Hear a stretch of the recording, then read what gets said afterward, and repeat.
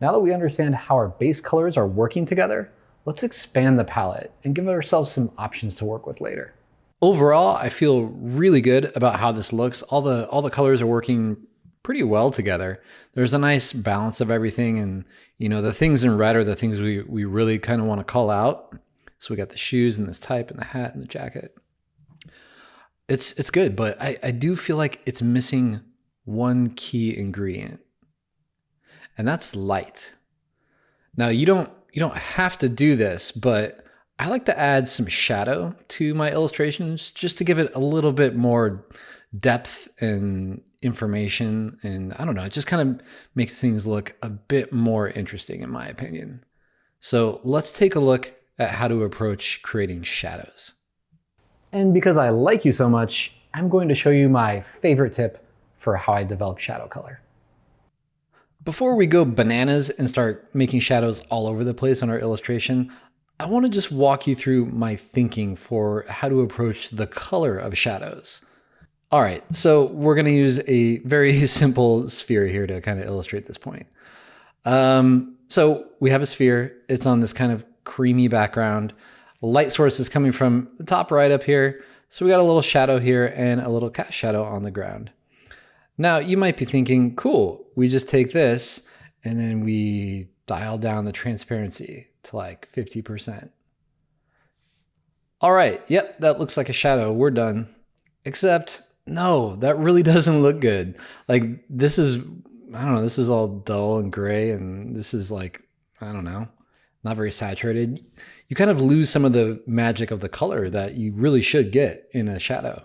So let's cast this off to the side for a moment. And let's take another approach. So I'm going to select these, bring them all the way back up. And one trick to get at least a more interesting colored shadow is to figure out what the base color is and then just kind of darken it from there. So I'm going to sample this so it's the same color. And then I'll open this up. And then generally speaking, if you want a somewhat realistic looking shadow, you just want to change the brightness of it. Okay, so obviously you want to make it darker, but the trick is you want to figure out where it is, the brightness here up at the top, where it could be if it goes pure black, which is all the way down here, and start at least somewhere right in the middle. So basically take this halfway to black. All right, so I'm going to bring it right there. And I hate that we don't get a preview, but let's just say okay and see what happens. Okay, kind of looks the same, so not that interesting. So let's go a bit darker. Okay. All right, I like the darker one, that's fine. But you know what would really help is if we added some saturation back to it. Because as this color gets darker, it gets duller also, and it loses that saturation.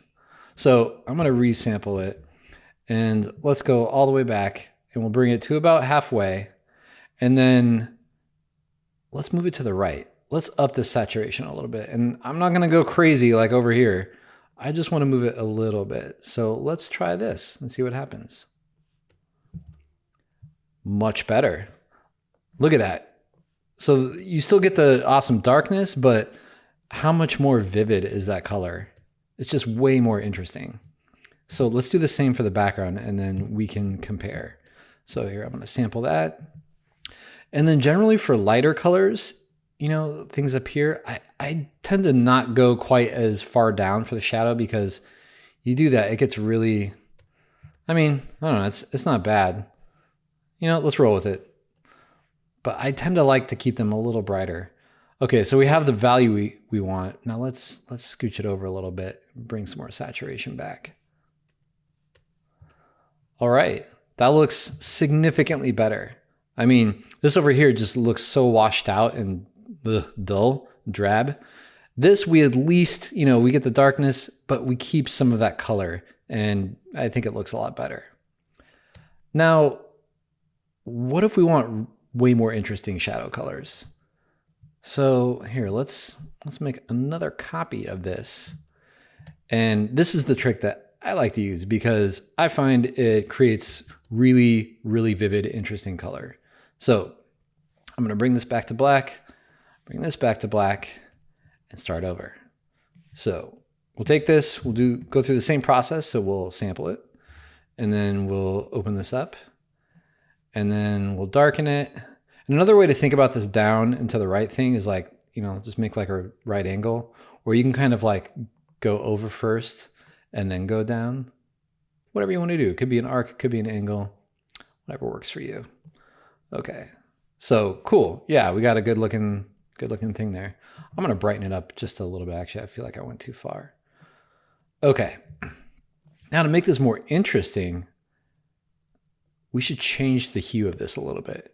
And generally, if you look at a lot of illustrations and paintings and photographs, in fact, if you were to sample the color from shadows, you find that shadows are often cool. So they lean a lot more toward the blue. So let's take our shadow color here, and then we're going to adjust the H value, and we're going to move it closer to blue. And sometimes that's kind of hard to figure out which way to go, because down here, if we're at the very bottom, blue is this way. It's up. But if we go there, we get some really wacky stuff happening. And maybe, I don't know, maybe that's fine. But think of this vertical line as the color wheel. So it's actually a 360. So this end would connect to here. So to get to blue, it's a lot closer of a journey if we start up here and then go down. So I'm going to move this 1 degree to 360 over there. And then let's like move just a little bit toward blue, but not too much. We don't want to go like super crazy. We can, and we'll go over that, but let's just move it a little bit, say to here.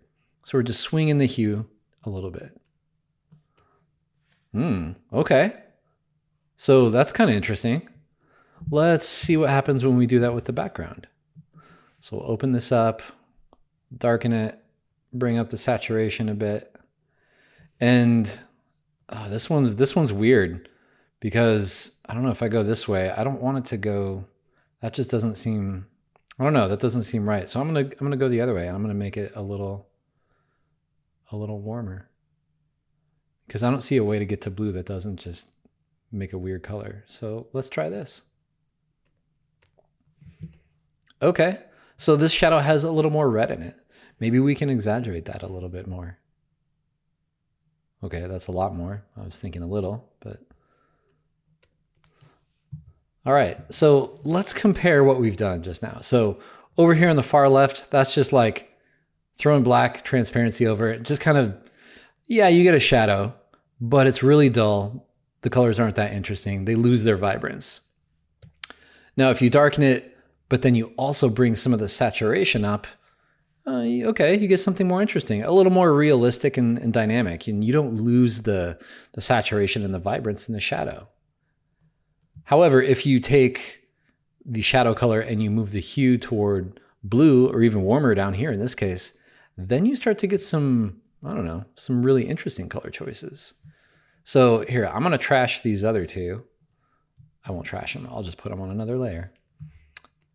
And let's try to do some variations on this and just see what we can come up with.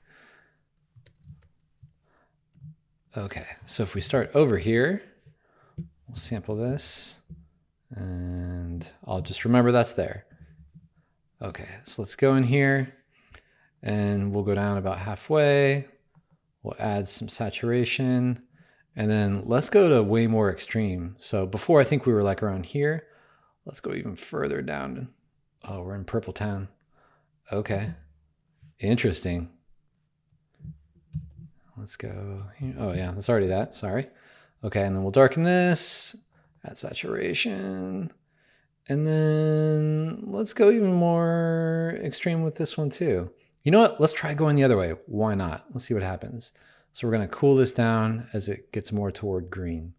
So almost like an olive now. Okay. Interesting. So this shadow right here is super purple, and it's very saturated. I feel like it actually starts to overpower the red a little bit. Okay, so we're going to bring down the saturation just a little bit. Maybe something like that. Because we want that cool color, but we don't want it to compete with the red. Yeah, that feels a little more balanced, right? So interesting. And then down here, we have this like green thing going on. But you know what? It kind of works.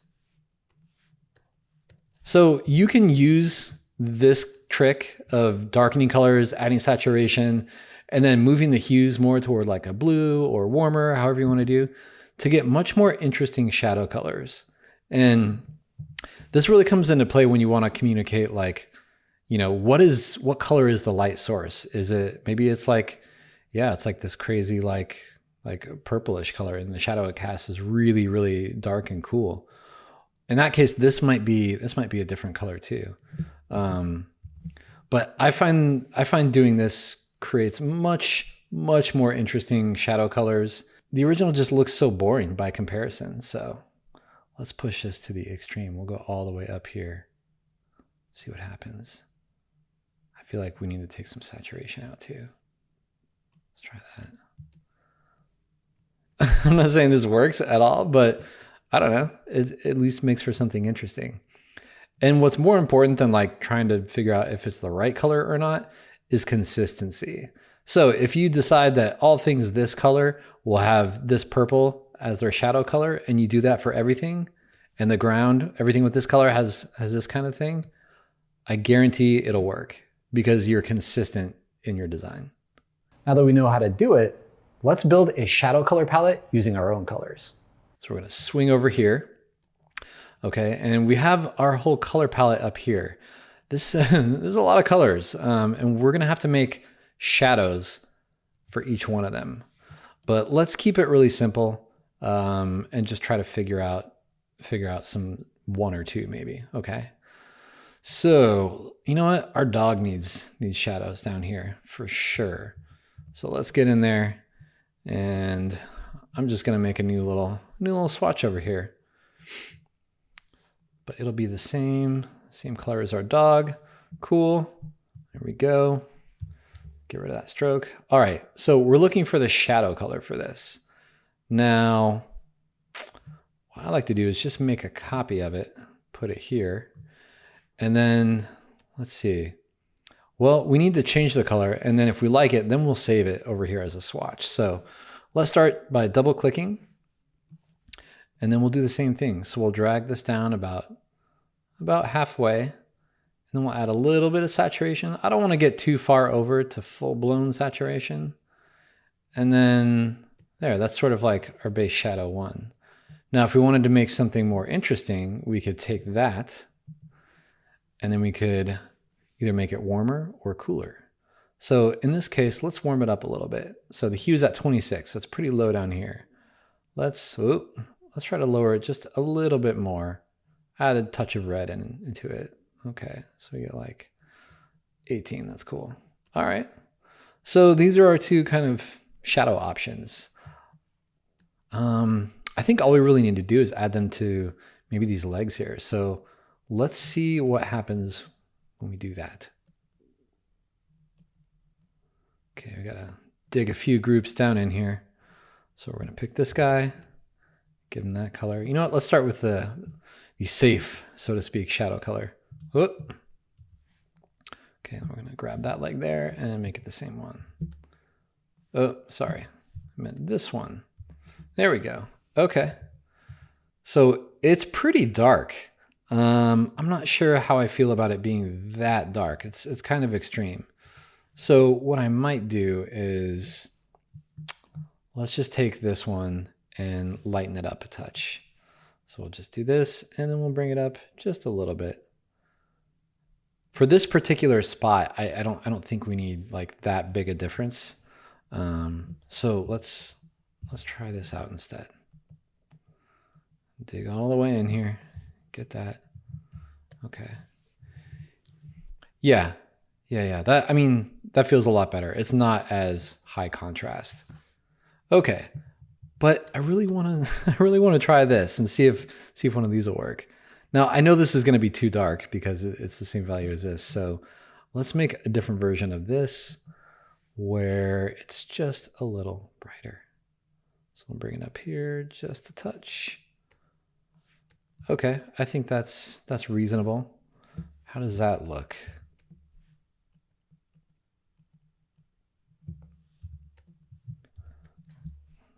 Zoom out here a little bit. It's still dark, but you know what? I like it more than just the plain. I think it adds something interesting to it. Let's roll with it. Let's see what happens.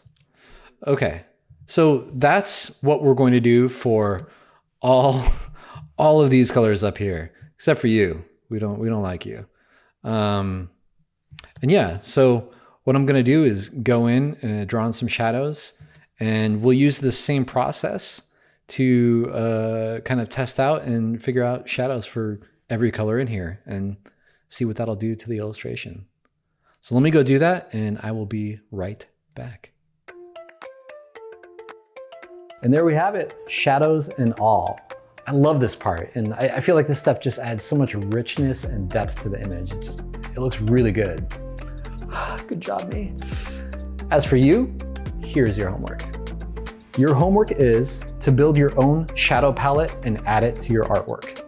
Start with your base colors, bring everything down, and then find a color temperature you like. And if that sounds like too much work, then try it on something really simple first. And you can always download my source files and play around with them too.